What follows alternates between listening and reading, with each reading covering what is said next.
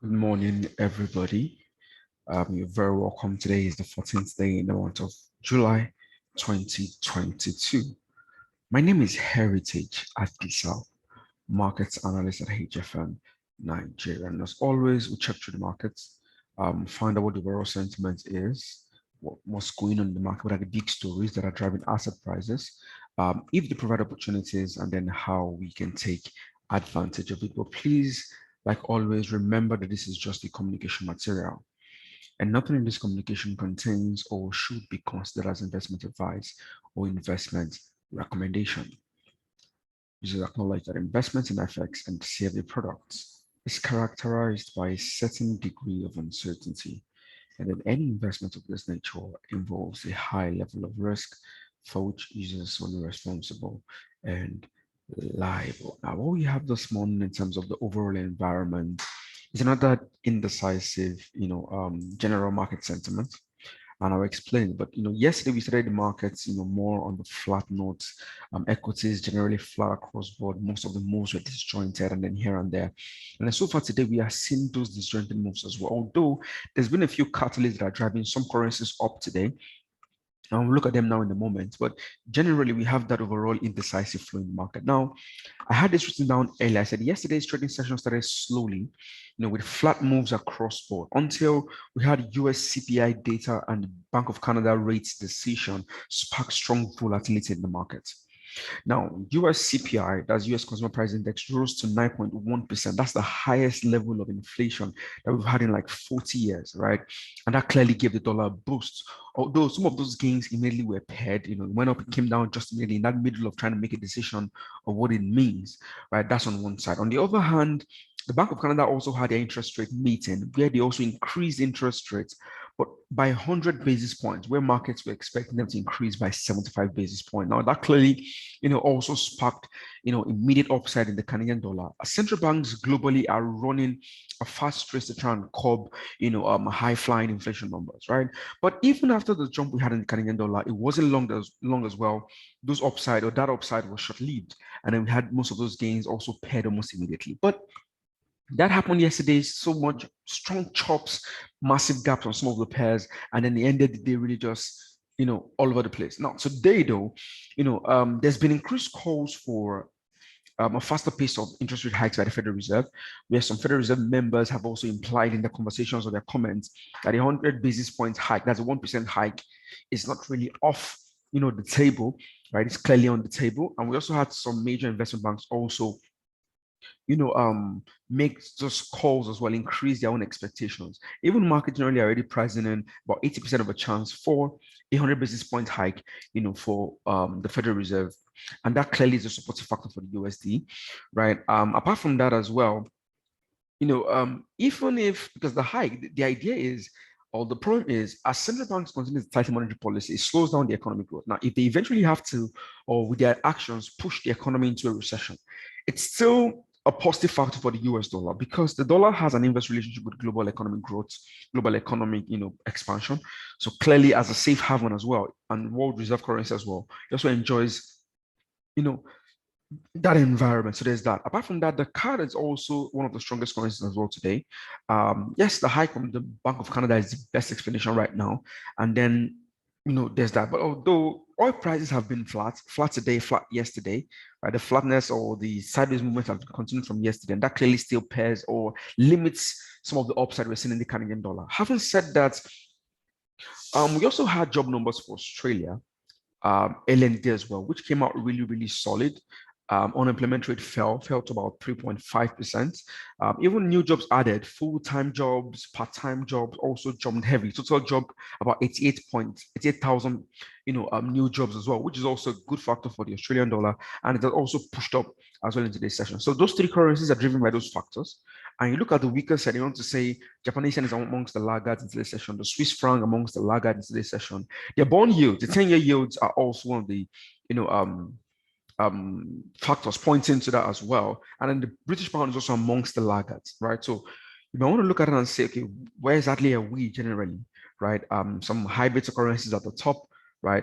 Safe haven currencies at the top, safe haven currencies at the bottom as well, high beta currencies at the bottom as well. But you look at the equity space, and then generally there's a general downside on equities. First of all, US futures are mostly flat, right? We'll look at it in a moment now. Commodities, mostly mixed as well, right? You look at measures of volatility mixed as well. Bond yields, right? Apart from the Swiss 10-year and the Japan 10-year as well, those ones are down, but the other yields are up. So there's so much of disjointed flow in the market. And I said the overall market environment is somewhat indecisive in the time being. Now, you could look to peers strength versus weakness and look at US JPY, although you have to be careful with that one. It's jumped up almost 200 pips already into this session alone to lofty levels last seen in 1998 thereabout, way before year 2000, right? Those are high levels after clearing out a range between 136.5 and 137.8 that we're in between Tuesday and Thursday. Between Tuesday and Monday and Thursday, we'll look at it in a moment now, right? It's broken through that level and it has seen solid upside on that particular one. Euro USD has been flirting with the parity level, the 1.000 level. It's tested it a couple of times, broke below it slightly yesterday as well. Bounced off it a lot yesterday, the previous day, and today's session as well. So there is that to pay attention to. If we clear out that parity level, that's just more and more trouble because the bias for the pair really still tilts to the downside, all things considered. CAD JPY is also heading for resistance. USDCTF is also heading for resistance. And then on the calendar today, we'll talk about calendar just in a moment. Now, let's quickly just run through what we are seeing on the charts quickly from the equity side. Now, so far, yes, down a bit on the day, started up here, we're down here, right down about 0.62% already, but generally we've not gone anywhere yet. And it's somewhat similar to what we had in yesterday's session as well. The start of yesterday was also mostly flat. And then today we are seeing that mostly, choppy, generally flat environment as well. So that gives you an idea of where we are in the overall market environment or market sentiment. Now, there's been a couple of moving parts in the markets, worries. And when it comes to global economy, inflation, where are we headed? Are we heading for recession? Central bank tightening, energy crisis. There's so much moving parts, but they've been in play for a while.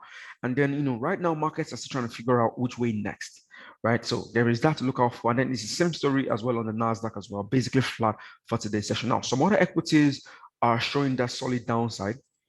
Right, downside. I'm sure the FTSE as well is also seeing downside as well. So that overall negativity is still there, but we're still in the middle of where really should we be tilting towards. The VIX is barely moving. Yes, way above 20, we're above 25, we're around 27.5.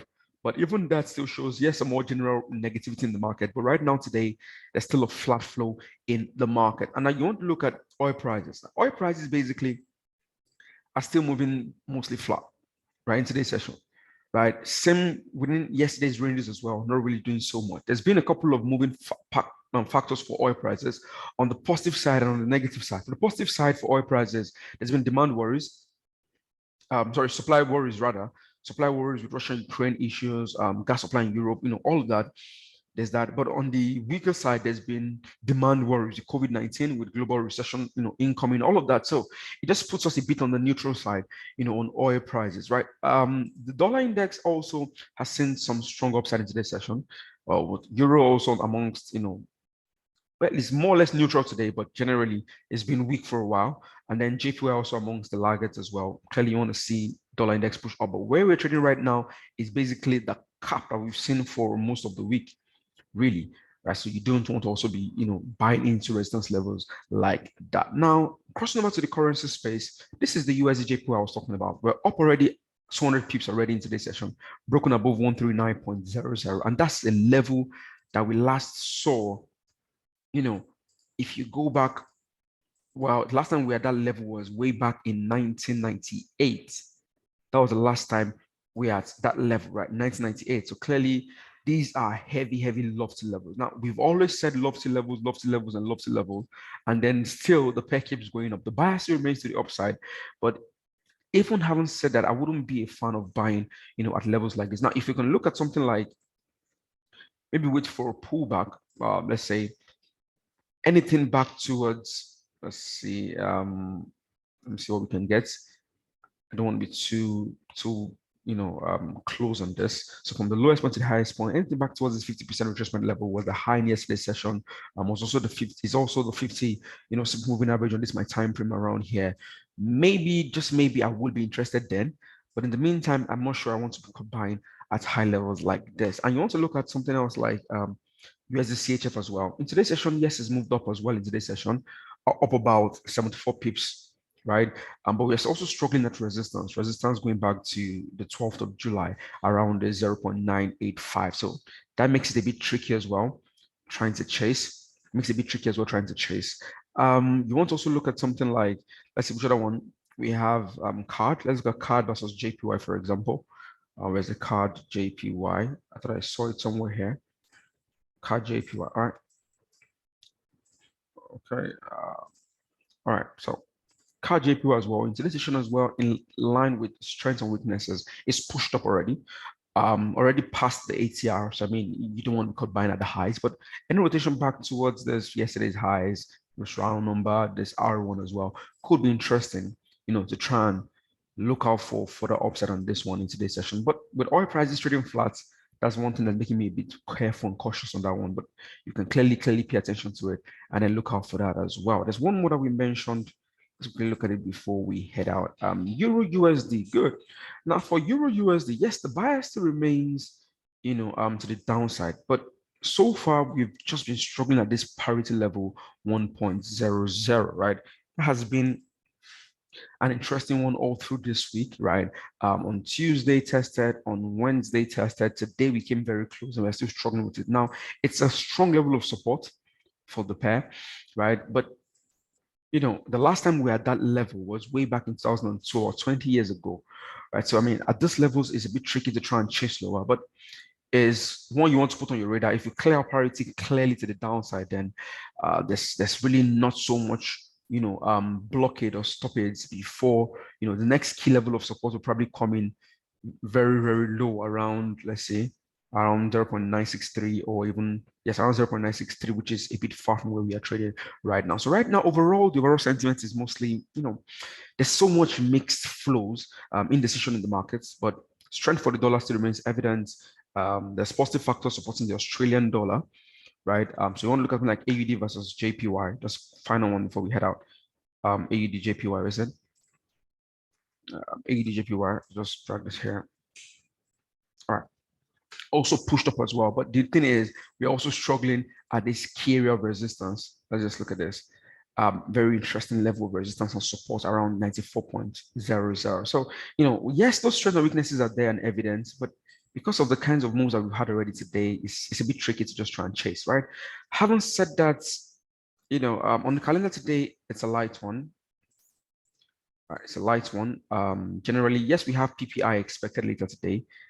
There's a PPI expected later today for the US. Initial jobless claims, that's one to also look out for, but also Fed Waller also tweeted on the wire. So I had this written down. I said, on the calendar, we have US PPI data on schedule. And if it comes out hot, it also plays into the narrative for central bank hiking, that's the Fed hiking, plays into the narrative for stronger dollar. So there's that to look out for. And then Fed's Waller as well is also on the wire.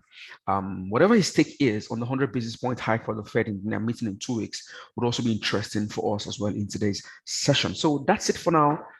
Thank you very much. If you have any questions, please do not hesitate. And like always, we'll do our best to help. Thank you. Do enjoy the rest of the trading session. Bye for now.